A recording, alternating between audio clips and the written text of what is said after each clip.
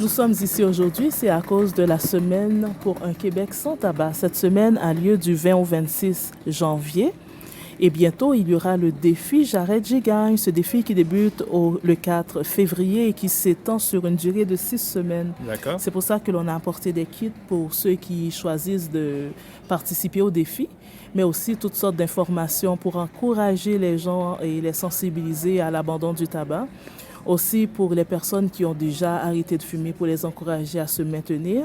Pour des personnes qui ne sont pas encore prêtes à arrêter de fumer, peut-être que avec les informations que nous avons, ça peut les encourager à ne serait-ce que faire un petit pas.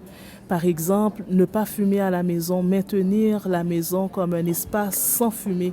C'est très important, même quand on n'a pas réussi complètement à cesser de fumer soi-même. Ça permet de rester dans un environnement sans fumer, ça aide beaucoup aux poumons.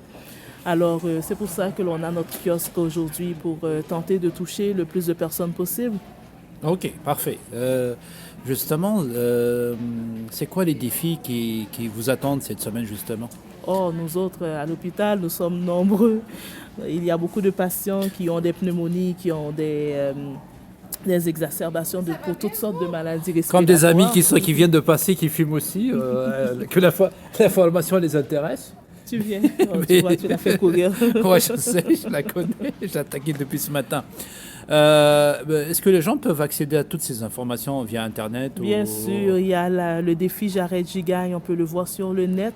Ok. Et il y a la Société canadienne du cancer, c'est de là que l'on a beaucoup de documents que l'on utilise. Donc avec cancer.ca, on peut lire beaucoup d'informations. On n'a pas besoin d'avoir sur ça.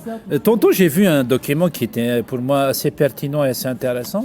Peux-tu m'expliquer justement, le saviez-vous, ce petit document? Encore de la Société canadienne du cancer. Oui. C'est les bienfaits de l'abandon du tabac. Donc rapidement, ils disent aux gens qu'en 20 minutes seulement, notre tension artérielle et notre fréquence cardiaque commencent à se normaliser en arrêtant de fumer. Au bout de 8 heures, on peut noter que la respiration elle est plus facile. On peut noter que le taux d'oxygène normal est revenu et qu'on a moins de chances de souffrir d'une crise cardiaque juste après 8 heures d'abandon. Au bout de 24 heures, nos poumons commencent à se débarrasser du mucus. L'atout que l'on peut observer est alors un bon signe. D'accord. Au bout de 48 heures, on aura éliminé toute la nicotine par rapport à la dernière fois qu'on a fumé.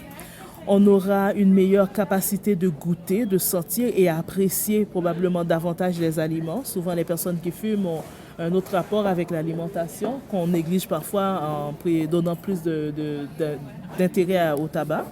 Au bout de 72 heures, on n'aura plus d'énergie. Notre capacité pulmonaire va augmenter et nos bronches vont se décontracter, de sorte qu'il sera plus facile de respirer pour faire de l'exercice. Au bout d'un an, notre risque de crise cardiaque va baisser de 50%.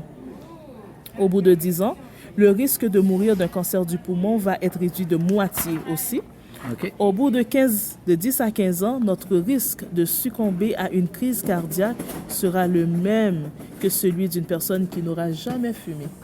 Oh, merci beaucoup. En tout cas, ce document, on va le trouver sur la page Facebook de la radio. Rappelez-moi votre nom. Moi, je suis Stéphanie Alexandre, je suis inhalothérapeute. Une excellente inhalothérapeute, je tiens à vous le rappeler. Quand elle vient, on est vraiment content de la voir sur notre étage.